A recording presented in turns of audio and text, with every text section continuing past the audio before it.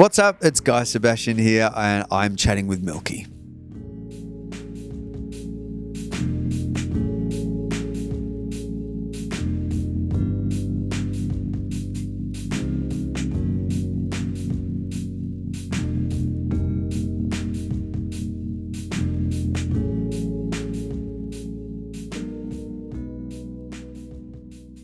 Have you heard that saying? Yeah. You've heard that saying as well, yeah. It's not one of those, like, it's not even an age saying. Like, I remember hearing this years ago when I was younger. And for me back then, it applied more to, like, one of my first girlfriends that I had. And now, as I've gotten older, it's like applies to so many other things. I think you find yourself fighting for things in life, and it can be like a family relationship. It can be a work relationship. Like sometimes we just like I just decided to take a break from The Voice. Like it's one of the best gigs you can ever have. It's so positive, and it's like I find it easy because I love talking about music and I love mentoring and but I just had this thing like. It wasn't that I didn't have a reason not to stay on The Voice, but I definitely had this gut feeling that all of the reasons that I have are probably the reason to go. Like, and the reasons that I was staying was because I loved it so much and it was comfortable. And the reasons I wasn't going was because going from a safe gig like that means maybe heading overseas and playing to rooms of 30 when I'm used to like playing nice venues here where there's a good turnout and then playing it, you know, like I'm throwing myself out into the unknown, and I haven't done that for ages. For me, that was my reason to go. Like I need in life to just sort of start being uncomfortable again. And so that's what the song means for me right now. Like it's, and also with certain relationships that tend to come to an end in life, you're like, hang on, I've been fighting for this for so long. And I feel like it's always me giving. Like when you sometimes stop and go, what am I fighting for? Oh my gosh, I actually don't know. I don't know how to answer that question. That's your reason why you should stop fighting. Like if you've got no reason, there's your reason. Hard to get it into a song though. It's like no reason to stay is a reason to go. It's like you can lead a horse to water, but you can't make it drink. Like these long sayings. Two birds in a hand is worth two in a bush. Like how do you fit that into a song? But I've sort of managed to do it, and I love singing this one. It's a real good sing. This song was like a really long journey, if I'm being honest. If I compare it to I Chose Good, I worked with Oak Felder, who's responsible for hits for everyone. If you look him up, Oak is one of the best producers in the world. Everyone from Usher to Mary J. Blige to like he's worked with everyone, your Biebers and those kind of like big artists. I walked into that session, had a title. I was like, hey, I've got this idea, kind of a soul pop thing. I chose good. I said like my picture that I want to create in this song is like I'm walking down the aisle with the person that I've chosen, and I'm looking at my mum and I'm like, I got it wrong in the past and I ignored your advice, but hey, look at me now. Like I've got the perfect one. I chose good, you know, like I wanted to capture that.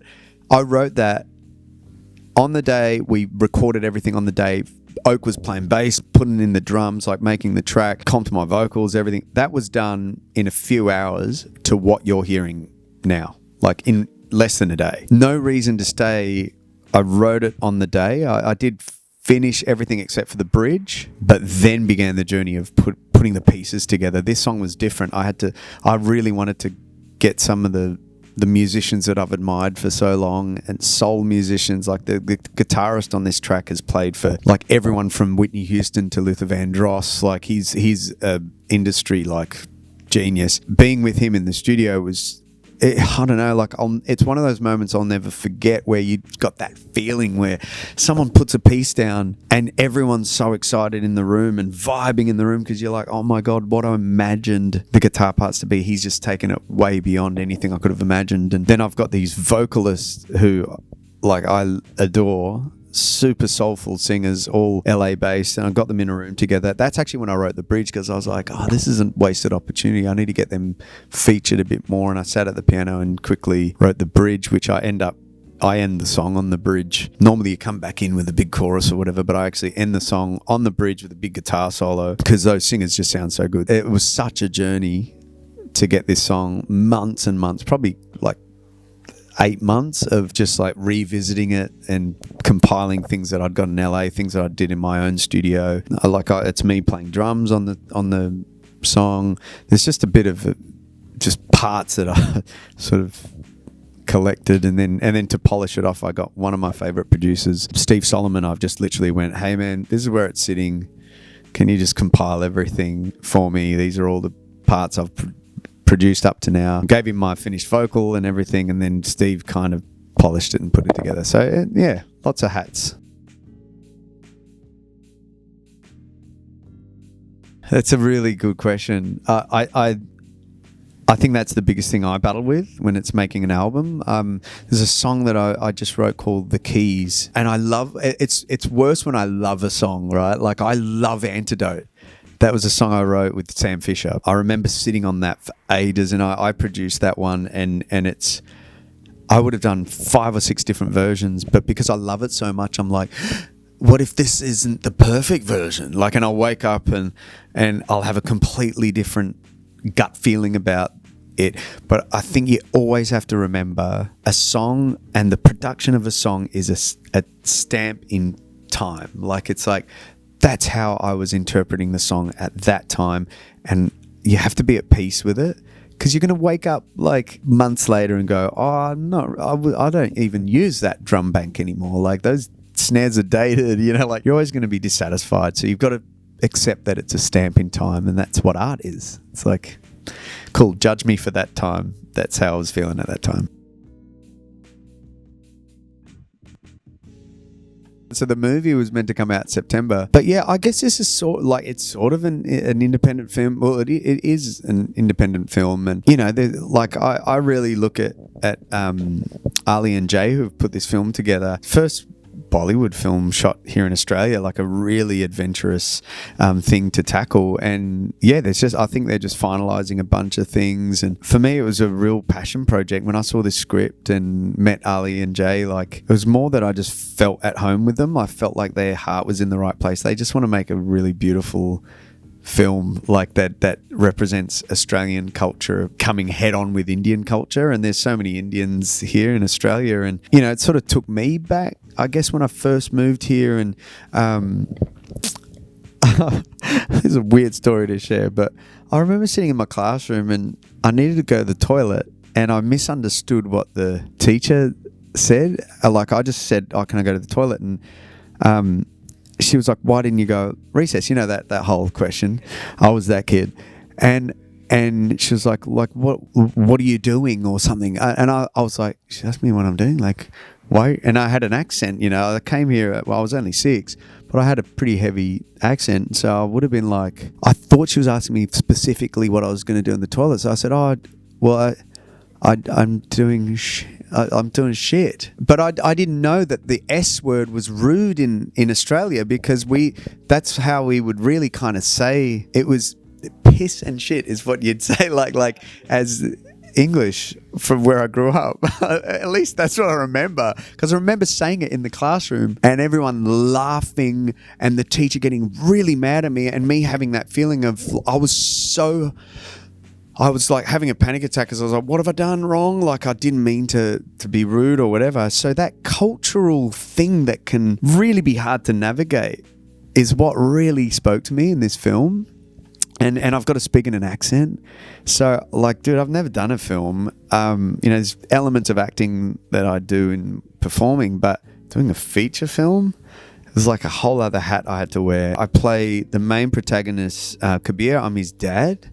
And I'm a bit of a larrikin dad, bit of a dropkick, because my wife died when he was like 1 years old, and I'm trying to deal with the grief. I've been a bit of a dropkick dad because I haven't dealt with it properly. I've drunk too much and like immersed myself in work, and so James as a character, he's pretty complex, and I gave it the respect I feel that it needed. I didn't tackle this as like, oh, I'll just wing it. I have actors that are friends who live their roles, and now I know why. Because when they say action and you don't really believe you are James and that that's your son, it's a terrible take. And if someone asks me for a selfie or something just before or ask me about, hey, I really dug the Memphis album, and I'm going, oh yeah, dude, it was awesome. I worked with Steve Cropper and blah, blah, blah. And then action. And I'm like, Kabir, son, I couldn't just flick in. I had to think, all right, this is my son. Like, how would I feel if it's Hudson? And how is my dad? And how's my mom, like, as parents, like that? And then I would just start talking in that way. I would just imagine my parents and I would imagine Hudson. And like, there's this scene where my son is singing, Kabir, my film son is singing, and I had just had my 10-year-old, like, he is a beast singer, he's so good at singing, and I just had him in the studio. I was recording little Archie. He was behind me and I'm recording him doing a Benson Boone cover, and he's like he's a good singer. I'm a tough critic because I'm like on The Voice listening to all sorts of ranges of great and not so great singers. And so I'm sitting there and I'm like, oh my God, Archie's feel is ridiculous. His pitch, his pocket, like he's just feeling it, and he can do any run, hears any harmony. And I hit stop and he's just sung, why would I want to fly beyond my last red eye, talking to your voice. But he's doing all the talking to your voice, only hearing noise, like all those, only hearing, like all the little like bits. And I'm like, what the hell? I remember that feeling of hitting stop and like having tears in my eyes and wiping them away before I turned around, like to say, dude, what the hell, you're so good. And then I tapped into that. And so I'm watching Kabir, my film son, sing, and I start bawling my eyes out. So I don't know, I think I got it. Because sometimes we're like, oh my God, actors take themselves too seriously. Try being someone, like being a character and not being in it, and look at how it, if you're not in it, look at how it translates on film. It's so difficult. It's so hard to be an actor. So hard. So hopefully I haven't seen anything yet. So hopefully I don't tank and suck. The directors are really happy. So that's a good thing. They said I was all right. So it'll get released here. It'll get released in India. And we'll see where it takes me. Who knows? It might be... I might be doing I don't know about that, but maybe I'll hit the gym and I'll like get jacked, and then I'll get cast as an extra in a Marvel film or something. We've got a dream. No, like, who knows? Like, it could just, for me, I'm always going to do music. So I just did it as a passion project. I originally started just writing music for this film. So there's a few songs in the film that I've written. And then get this, I'm the singing voice of my son.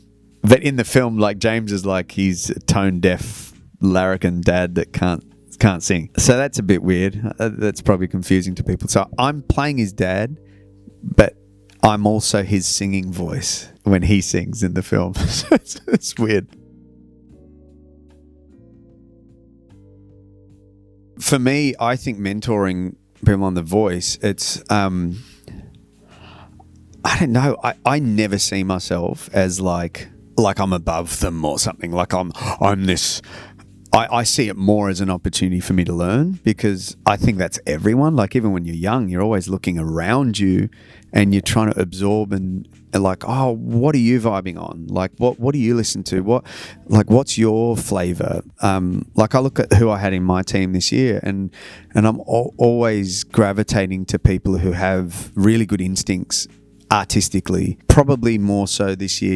You get heavily criticized as well as a coach, because people always say you should just put like whoever has the biggest voice or who's got the biggest range and can hit the highest notes or whatever, but it's not what I look for. I'm genuinely like, I want more people to succeed off the back of these shows. Like, I want more people to use that momentum and go, cool, I've had this opportunity. Here's my album. Like, this is what I want to say. And like, I chose Sky this year because he's really unique. And when someone says, oh, he's not everyone's cup of tea, or she's not everyone's cup of tea, or whatever, I'm like, cool, that's kind of what I'm looking for at the moment. Like, I don't want someone that's just safe and across the board everyone loves them. I want them to actually have an audience that they speak to.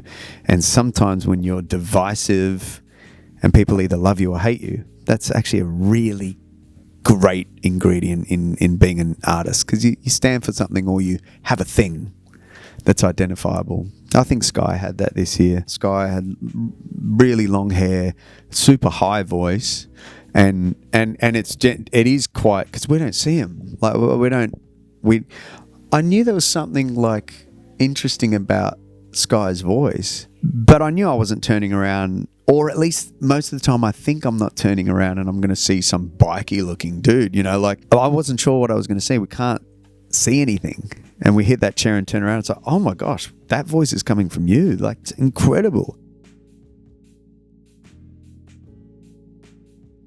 Well, immediately next is new music. So I've got a bunch of music that I've recorded and written over the last 4 years, and now it's time to just get it out to everyone. Tour again. You know, it's been a while since I've toured as well. My Truth tour blew me away. Like, that was ridiculous, the support that was shown on that tour. So I think now it's just about having new things to perform. Like, that's what makes me the most excited, just having new things to say, new music for people to enjoy and hear live. Yeah, it's mainly new music. Yeah, I've got the movie coming out at some point early next year, and a bit of travel. I definitely am going to be touring a bit overseas. So yeah, I think you nailed it before when you said, like, the common theme that I'm saying a lot is being uncomfortable. I just want to be a bit more uncomfortable. I've probably been just cruising for a while. I just want to play venues. Even if there's 15 people, I don't care. Like, I just want to play new places and go to people that have supported me throughout my whole journey in random places in the world.